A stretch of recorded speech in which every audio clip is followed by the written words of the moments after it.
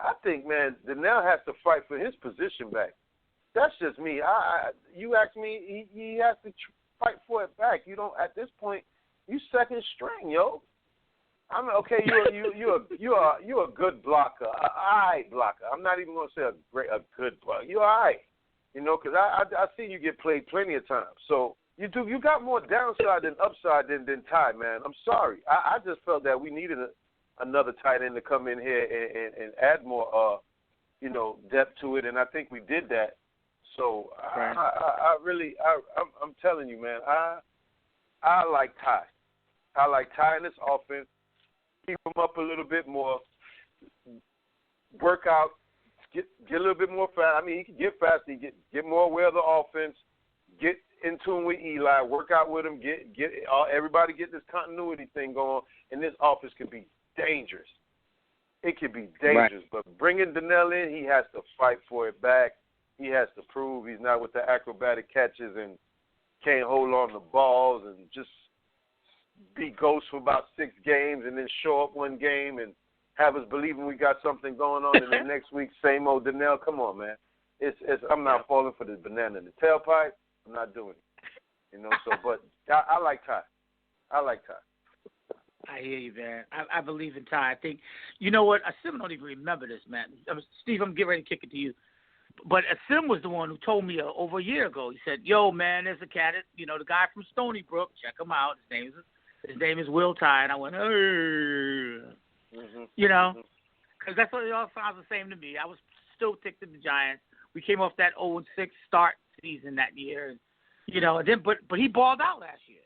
Right. He balled out. He really did. He showed his true colors. And hey, man, I think the guys, he's, again, the presumptive starter. That's how I look at it. But Steve don't like at all, admittedly, our tight end position. That's why, you gotta let us know. You gotta let us know. Talk to me, man. It's kind of really a unique situation because let's go one by one. Ty first is Will Ty. Naturally to me he's more H backish. I like Ty out of Stony Brook last year when we talked about him last year in the offseason. I said this is a guy that he could probably flourish, and I thought his time came a little later than expected. I know his pass catching ability. I think he's a weapon the Giants have that the league I don't think they're still ready for. Meaning you can't cover everybody on the field offensively. Pass game wise, he's the best option we have, I believe, because I'm not 100% confident in the ball security of Larry Donnell. I mean, Larry Donnell's reputation is only off really 2 things. The Redskin game from 2 seasons ago, that Thursday night catching like a bunch of touchdowns. And then his other reputation you already mentioned is fumbling and tumbling and losing the ball. And now with him with the neck injury and stuff, like missing the rest of the season last year or whatever, I don't have the confidence in him unless they really sat down with him and maybe he got his head straight. Pass catching ability, he has potential, but I'm not buying. I'm too pessimistic to buy in Donnell. The other guys like Adams that we drafted, I like Adams. Adams is good. I think he's not there yet as far as with the offensive playbook. He's probably the better blocking tight end we got. Now this really comes down to how they want to run scheme wise, and that's where Ty to me is not really going to knock you on your ass. I think that's probably a lot of the reason why they're implementing Will Johnson, the fullback coming over from the Steelers. To do a lot of that run blocking. Now, the Giants are trying to get back to a little bit more run than they were last year. I don't think that spells well offensively with Ty being on the field. Now, it doesn't really matter to me who starts or who doesn't start. It's more about what type of plays they're going to run, what type of are they going to run, are they going to pass, and then it fits a lot of different strengths offensively to me. And I really feel that if it comes to a passing offense, hands down it's Ty. But if we're talking about blocking, I mean, any of those guys can really see the field. And Donnell's not a good blocker at all.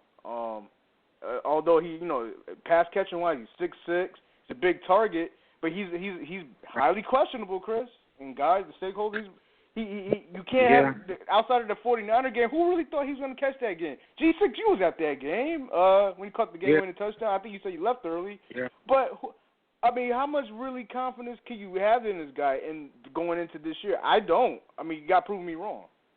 That's kind of all I got right now before we go back around. Chris, do you have a throwback player of the week, and then we'll go back around with the Yes. You know what? It's funny. You know what? Let me tell you. Okay, I know I'm an old man, so y'all leave me alone, all right? But let me get this part out. When it's funny how you talk about tight ends, man, because when I covered the Giants, Bob Tucker was the Giants starting tight end. He's about 6'3", 230 pounds. He was from Bloomberg University. That's obviously Division IX. I don't even know where that is, man. I know it's in Pennsylvania somewhere, but I don't think that's a big football hub or whatever. But and he played like minor league, like for the Pottstown team or whatever. He played minor league football before he even got to the NFL. He played like 2 seasons of that. There was a league called the Atlantic Coast Football League, and he played there. And these cats back then, they used to kill themselves for like $100 a game, but it was good change if he was a steel worker or whatever. So he did that.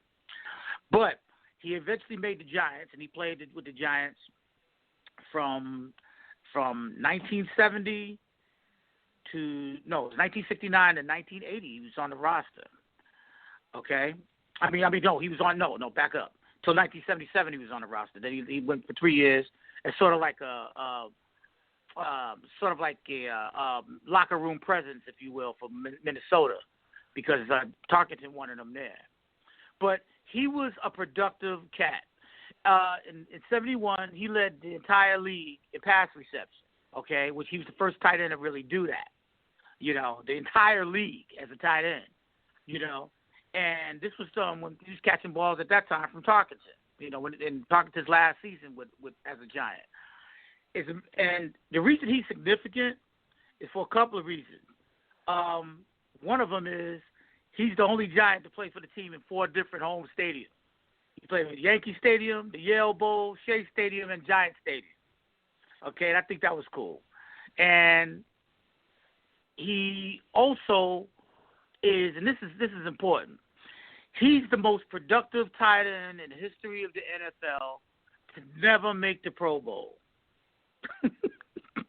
He's the most productive. He was always among the top pass catchers, but the Giants at that time sucked, and being a running league, there wasn't any real emphasis or respect, I should say, for the tight end position, because you're talking about 10 years before, say, Kellen Winslow and Billy Joe Dupree and guys like that.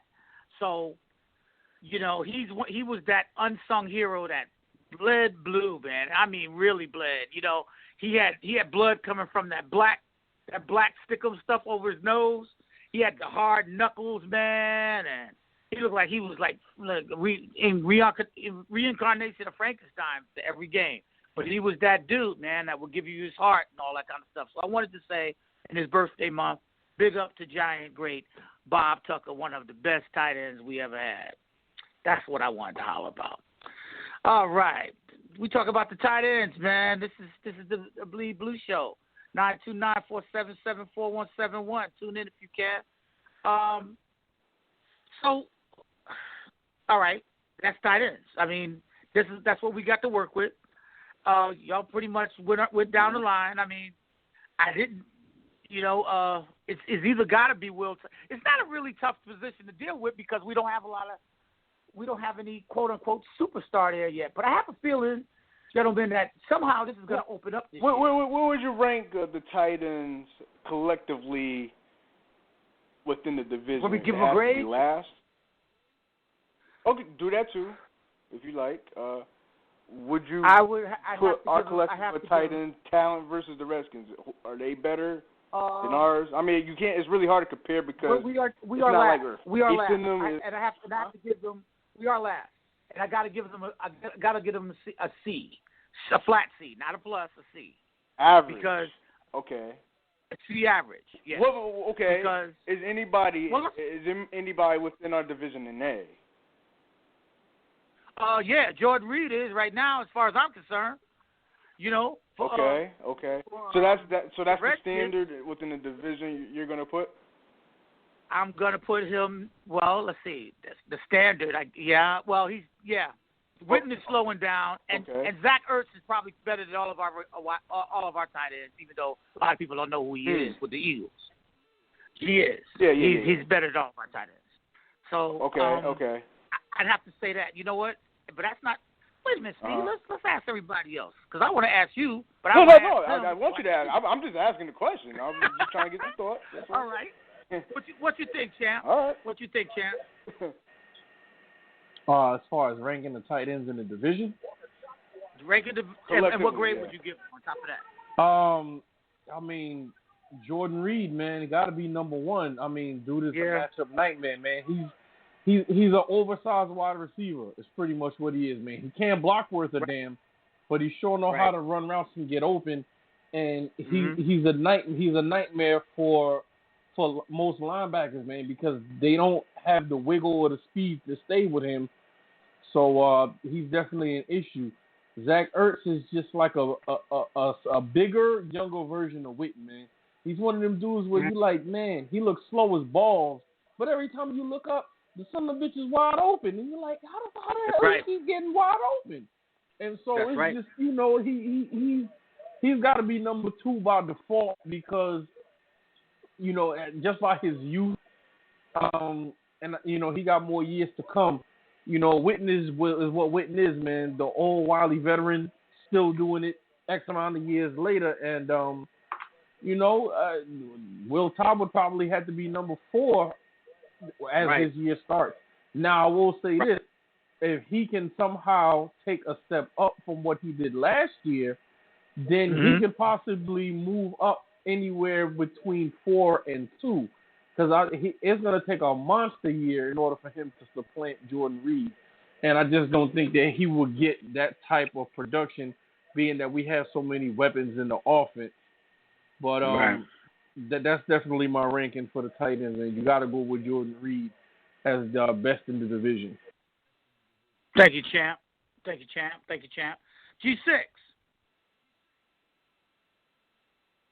G6, you was yeah, same thing. Same question. Where would you? What rank would you give our tight end unit in the division?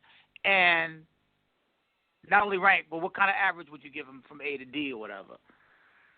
It's a C. We last in the division. You know, it's like Steve said. Yeah, I'm just being honest. Will Todd needs a lot. We got to understand something here, y'all. Will Todd needs a lot of work. He needs a lot of work, man. As good as his skill set is, and he helped out a lot last year, that dude need to learn a lot before he really gets on Jordan Reed's level or Witten's level. It's still Witten and Jordan Reed's division, man. The guy from the Eagles, was it Hurts or something like that? He cool, but I mean, it's as old as Witten's getting, the dude still can make plays. He's still clutch. Don't know how he gets open. Couldn't tell you, but he's still getting open, and he's still Romo's best friend, man. He had a down year last year because Romo wasn't around, but you can best believe, man, as long as Romo on the field this year, he's gonna be productive. Like I say, Jordan Reed, he may be the prototype as far as just pass catching ability, man, in the division. You know, not the best blocker, not the worst blocker, but not the best blocker. But yeah, he's a standard, I think, right now. Him or Witten, they're kind of interchangeable. Witten's falling off a little bit because he has gotten older. But I mean, man, you're talking about somebody who's clutch. You know, you can count on him to win the game for you. He can block. Witten has done everything for the last 10 years, man. I mean, he embodies what a tight end is supposed to be. So, you know, it's between those two guys. Like I say, a C grade for us.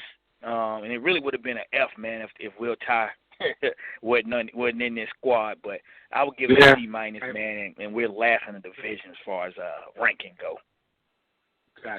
Gotcha. I agree. Hey, you're right. You want it. Mike Black, are you there? Mike Black. All right, I'm moving on. I don't know where my man is. Big O. Yo. Where are we? What are we ranking our tight end as far as our tight end unit in this division, and what grade would you give them? Man, I'm rolling with my big brothers, man. All my big brothers said exactly the same thing that I was gonna say, man. You know that little brother that come running out behind y'all when there's a fight outside? Yeah. I ain't asking no questions. I'm just diving in. C+, man. We see and we last in the division, man. Y'all said everything. Yeah. There's nothing you can add to that, man. Nothing, man. And Ty needs a lot of work, but I just pray he can get it as quick like a guy like Shockey did when he came in. He got it. You know, Shockey had that thunder. You know, I'm not gonna compare him with Shockey because you can't, do that. But I'm just saying he has speed. He can catch. He can run routes. All he needs just like a beast mode mentality and block, and we'll be all right, man. But right now he has to prove that. So that's we dead last, man. We dead last. I give him a C. Steve. Wait a minute. I'm gonna ask you. Steve, I want you. That's a multi-part question. I'm gonna make it a multi-part question for a second. Multi-part question. Sim, let me go back. Let me go back to you again, real quick. Okay. Before we move on. Sim, who's the best in the league, man? Tight end. With tight end? Yeah. I'm leading. Oh, you asking me or you asking the Sim? I'm asking the Sim. Sim. Where you at, Sim? Oh, okay. Sim, if you're out there. Okay. You got the mute button on, bro? Okay, maybe you do. G6. Well, that's an easy question. Can I answer that? I mean, it really doesn't go further than Gronkowski.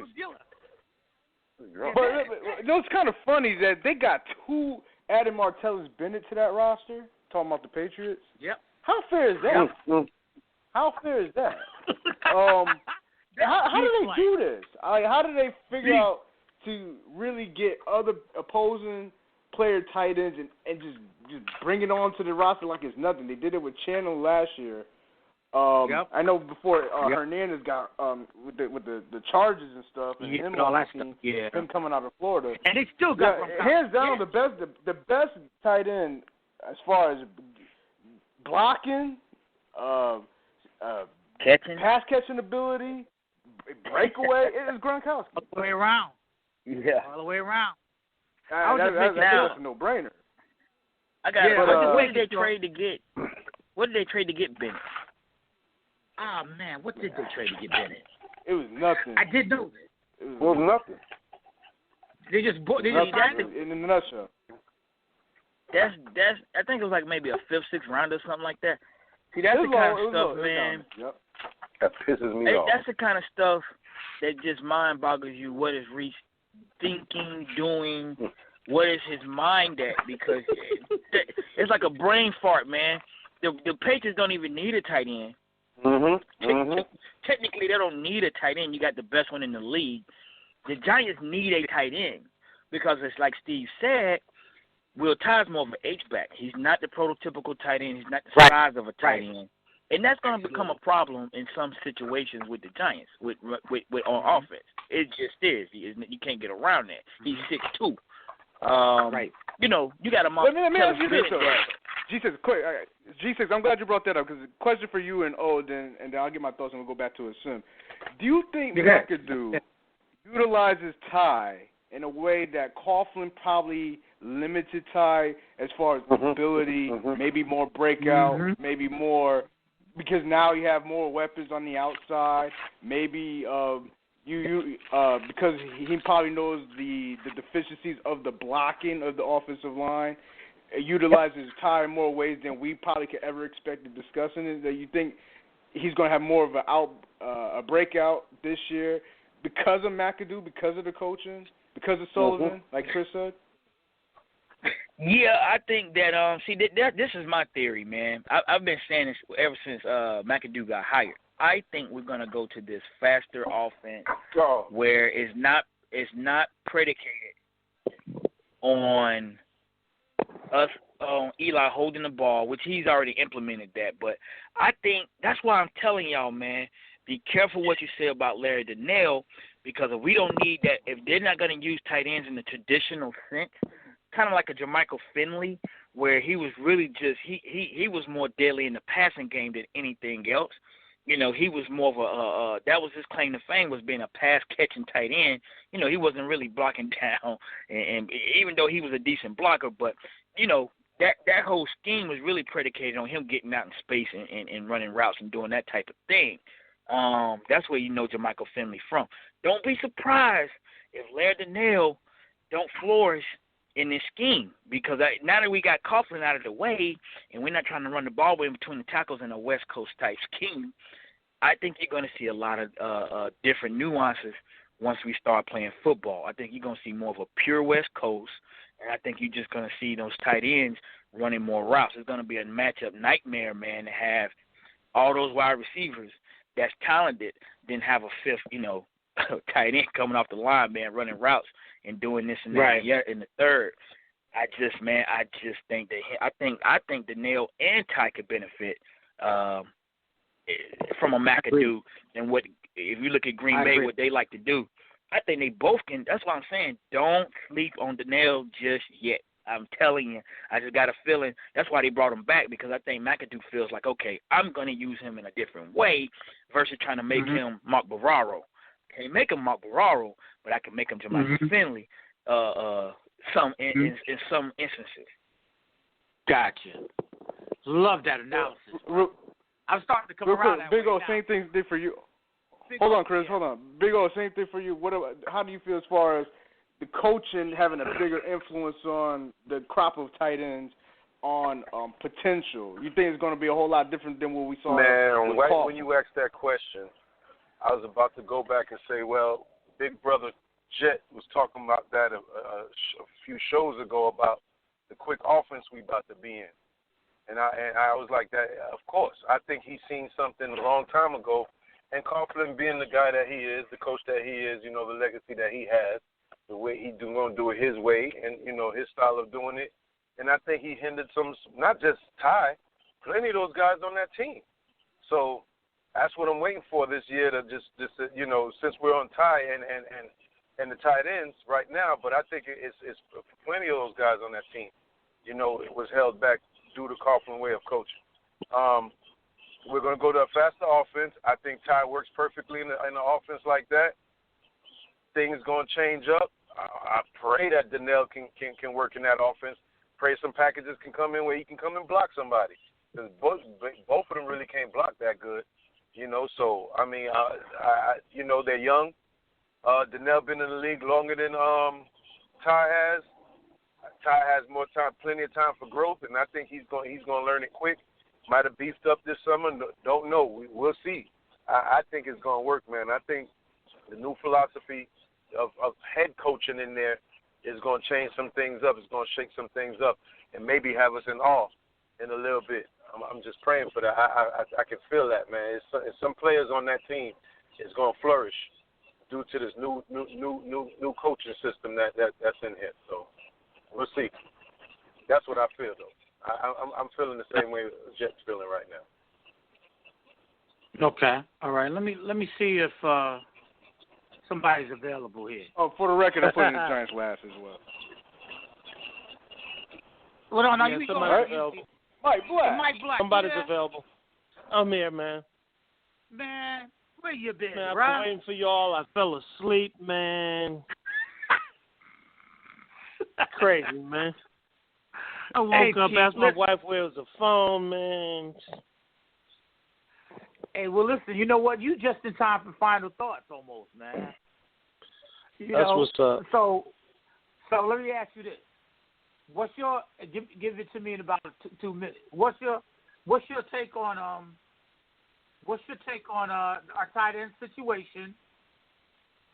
And within the division, where do you think we fall? What grade would you give them? Man, everybody, I already told y'all that I'm loving what I see with this team. I think they're going to contend for the top spot in the division. I know I talked a little foolishly, said they was going to go. They're not going to go undefeated, but they are going to be. I think they're going to vie for the lead in the division. Let's face it, the Dallas Cowboys, they dropping like dogs every week. Another defensive player dropped today, so suspended for 10 games. I'm not worried about them. I told you all that. And I'm not worried about the Eagles. I'm not worried about Washington.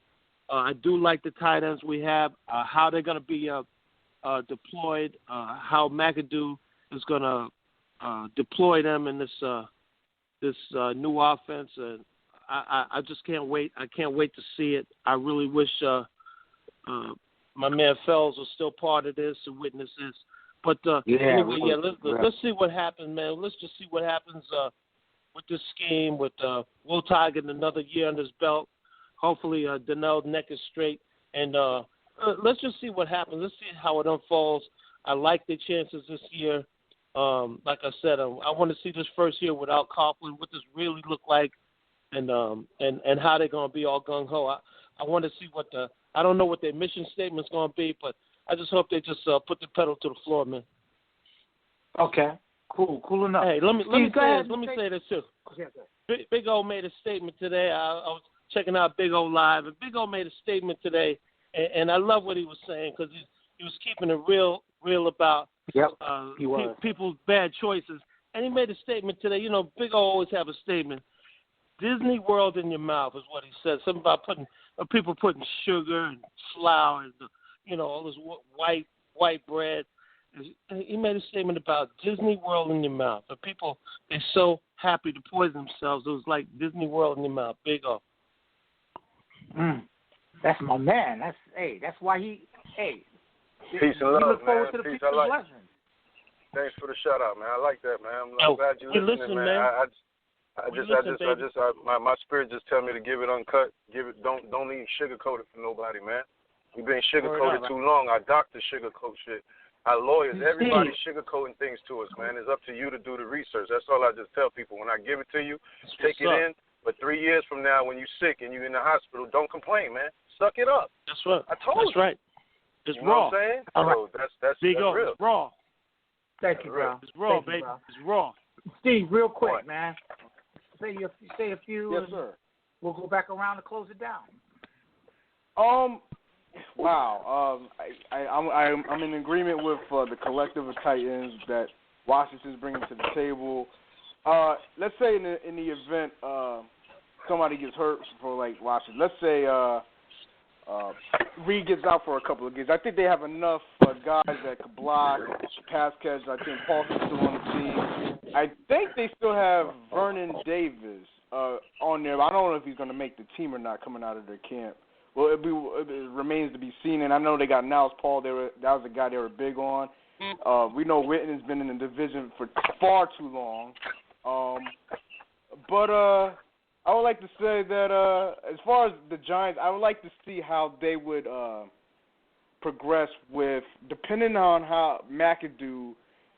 And I can't get it. I can't really point my finger to it, Chris. I'm guessing when I say this. I'm guessing that they're really going to try to find ways to run the ball effectively. And if they do that, that really does affect what personnel stays on the field and what doesn't.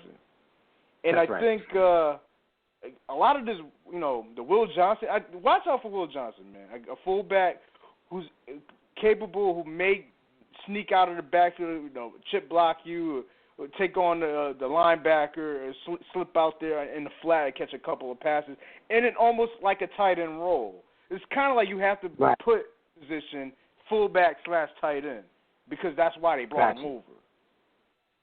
All right. I might have to really think about it more than that. I know you want to get back around for final thoughts, but I just want to say this to the stakeholders as far as, shout out to everybody as far as coming on here talking Big Blue football.